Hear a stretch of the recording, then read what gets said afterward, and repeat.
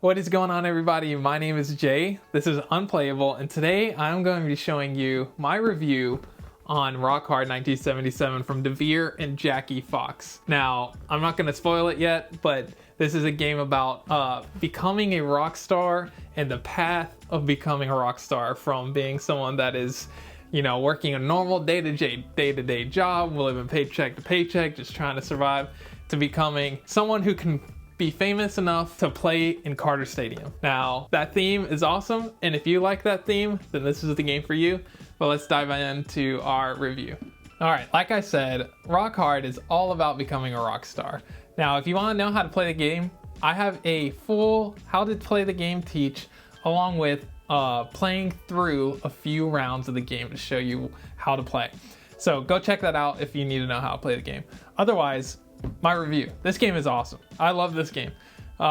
It's so thematic. Everything you do in this game is thematic. This is probably the most thematic Euro game I've played in a very long time, and that's saying something. I love every aspect of it. It is a pretty straightforward game. It is not a heavy game. If you're going to this thinking DeVere makes wicked cool, heavy, tons of strategy Euro games like White Castle or Sand or whatever the case might be, Red Cathedral, Bitoku, this is not as heavy as those. This is a pretty straightforward, I would even say light worker placement game. There's a lot of rules to this game.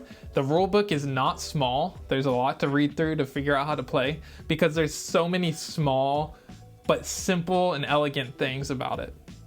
It is fairly light on strategy. I wouldn't say light on rules, but everything just makes sense.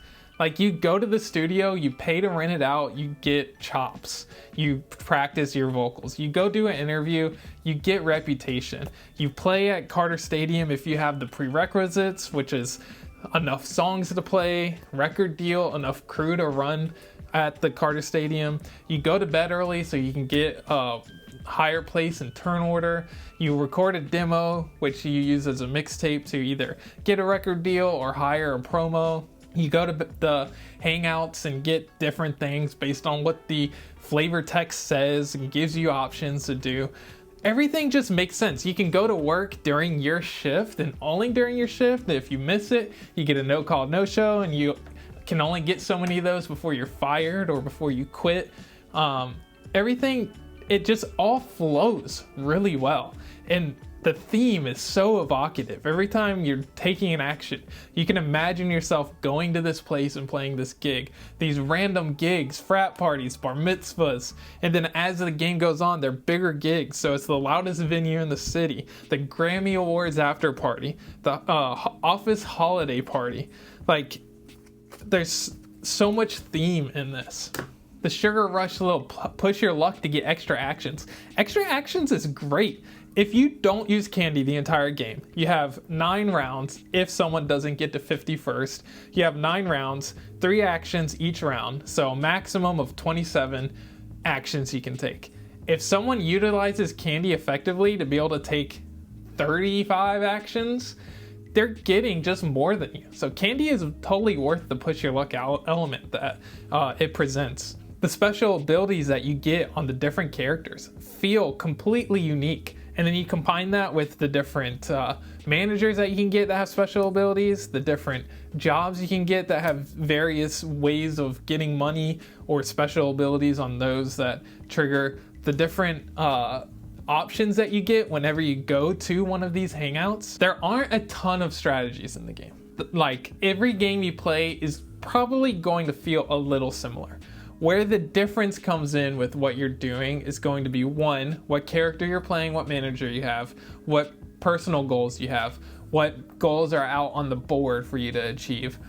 Those are going to kind of direct what you're going to want to do in the game, which is fine because it gives you some variability so that it at least feels different when you do play. I'm not going to say what you're doing in the game is going to feel completely different from game to game. I could see the game feeling samey after 10 plays. I've played the game 4 or 5 times though, and every time I haven't felt like it's that samey. I think it puts on a facade that it's very samey. It puts on this facade that you played it once and you've got it, like you know the game.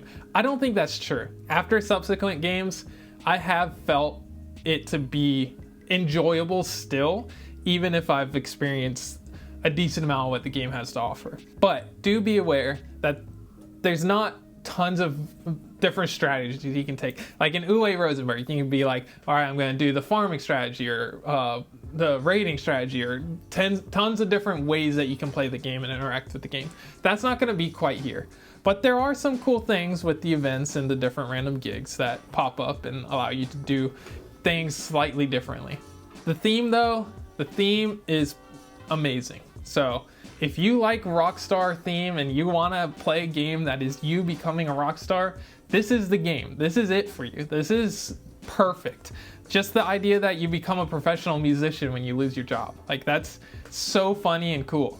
And then you can turn the dials up to 11. Like the Spinal Tap reference there. It's fantastic. It's a cool game. Don't get me wrong. Production. The production's phenomenal. These boards, unnecessary, but super awesome. Like, they just add to it. All of the artwork looks great. All of the components are fantastic. The box looks sick. The rulebook is good. The rulebook is very thorough with one exception, and that's probably the one negative I have for the game at all, is the candy rules need to be fleshed out better, and the iconography for the candies needs to be fleshed out better. Outside of that, once you know how the candy stuff works, then it works. Like, you know it. You just need to dig, go on the BGG, go to the FAQ, ask Jackie. She's very active on there. There are some weird contradictory statements that I haven't fully grasped, but I think I know the premise. And if you look at everything just objectively, thematically, then it makes sense. So just do whatever you think thematically makes sense, and you're fine. Like, you got it. The paper money, fantastic. I haven't had a single game that I've liked paper money in. Paper money in this game is sweet. And they all have like very cool different styles on them. So that's sweet. It gives you a great player aid to go through the different rounds for prep and cleanup.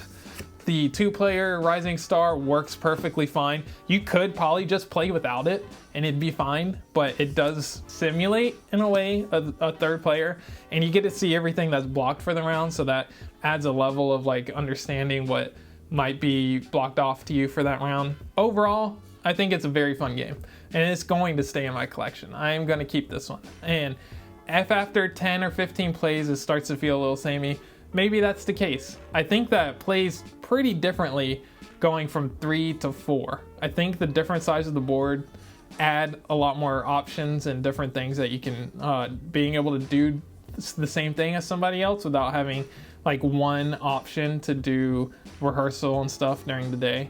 So I do think there is variability in swapping it up from playing 2-3 players to playing with 4 and 5 players, which is neat. Overall, I think the game is fantastic. I'm gonna give it an 8 out of 10. It's great. I haven't had a play of it that I haven't liked. I do have the signature from Jackie Fox on here and the promo Jackie Fox character also signed. That was awesome. She was very nice. Got to meet her at Gen Con. That was a blast, waiting in line early to try and get this game. I'm glad that I did because I do like it. Yeah, overall, there's not much bad to say about this game. Not much at all. I do think that the Sugar Rush deck is a little bit swingy. If you get the 0 extra actions, that feels really bad. And getting the +2 actions feels really good. I think that might be a little unnecessary. I think that some of the powers from the managers might not be the most balanced in terms of one being better, just feeling better than the other. I think the character abilities might also be that way. Some characters feel like they're better than others. That's fine though. I think that balances itself as you play the game. None of them stand out as just like objectively way better than the others. And the first time you play this, you're gonna stumble maybe a little bit because you need to realize you can only get 1 crew per round. And if you wait too long to start hiring crew, you're just never gonna be able to perform at Carter Stadium or whatever. You're gonna realize that Write a Song isn't that bad of an action because there's not a lot of ways to get songs. You're gonna realize these cards give you a lot of resources and give you a lot of points when you collect the sets of them. So those are all strategy things that you'll learn over time. I don't know what else to say. I enjoyed it. I think it's a good game. thank you guys for watching. I hope you enjoyed it, and go watch my playthrough. As always, see you on the next one. Bye.